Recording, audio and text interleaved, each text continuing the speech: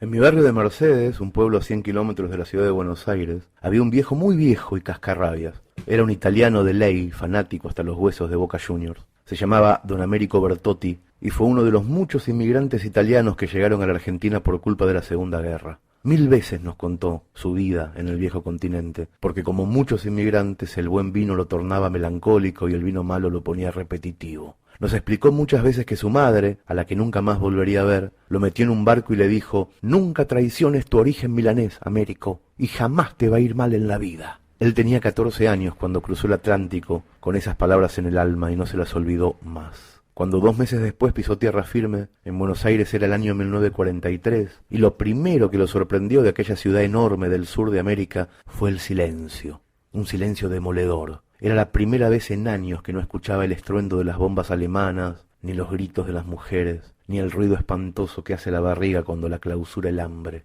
El jovencito llegó solo desde Milán, obnubilado y con el pelo hasta los hombros. Al pisar tierra se encontró con el primer gran problema en suelo extranjero. Para trabajar, le dijeron, había que cortarse el pelo. Y después llegó el segundo problema. Para ir a la peluquería había que tener monedas en los bolsillos. Y al caer la tarde descubrió el tercer problema. Para tener monedas había que trabajar. Era el círculo vicioso de los obstáculos. Descubrió que Argentina era un pueblo de pelicortos. Las modas europeas no habían llegado al sur del mundo. Los inmigrantes europeos se reconocían por las calles, por el calzado pobrísimo y por las mechas sucias y largas. Muchos tenían el mismo conflicto que él, y entonces en el puerto escuchó un rumor. Había una barbería en el barrio de La Boca que le cortaba gratis el cabello a los inmigrantes con una condición, pero nadie le explicaba cuál era esa condición, y para allá se fue el pequeño Américo.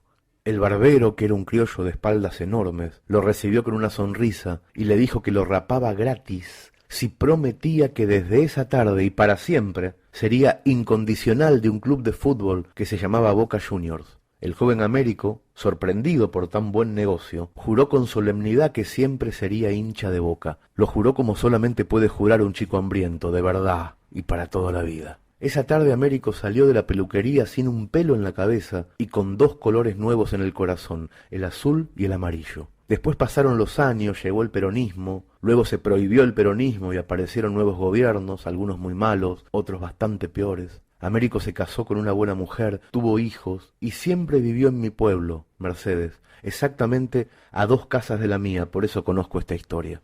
Prosperó mucho desde que llegó de Milán con una mano atrás y la otra adelante, y siempre pensó que su buena suerte en la vida había tenido que ver con esos 2 juramentos nunca rotos, el de su madre, de no traicionar jamás su origen milanés, y el del viejo barbero del puerto, ser hincha fanático de Boca Juniors para toda la vida.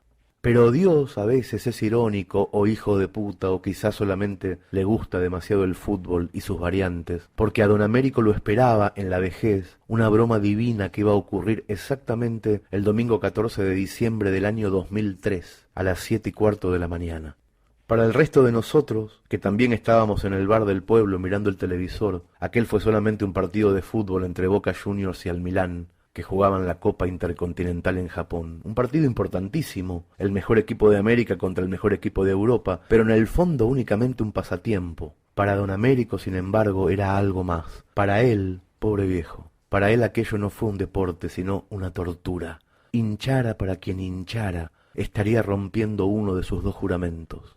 Ya hacía el calor insoportable de diciembre, a pesar del madrugón. Don Américo estuvo acodado en la barra del bar, frente a la tele, desde antes de que la televisión conectara con Tokio. El viejo lloraba de antemano porque todavía no había decidido qué traicionar, si al pueblo donde había nacido o al pueblo que lo había adoptado. Cuando empezó el partido él seguía llorando. Nosotros lo mirábamos más a él que a la pelota. Nos gustaba el morbo. Siempre es más interesante ver sufrir a un hombre que ver transpirar a 22.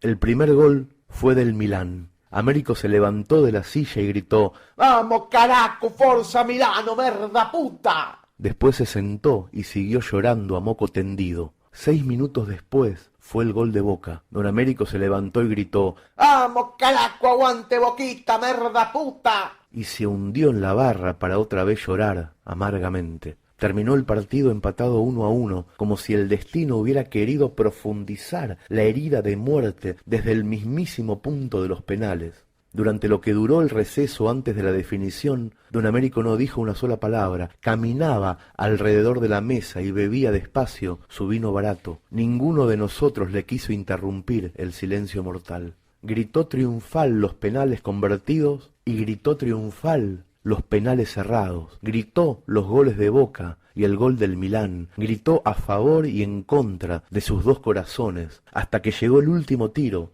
que le dio el triunfo al equipo del Barbero, aquel criollo de ley que rapó gratis aún sin papeles 60 años antes, en un país que todavía era próspero.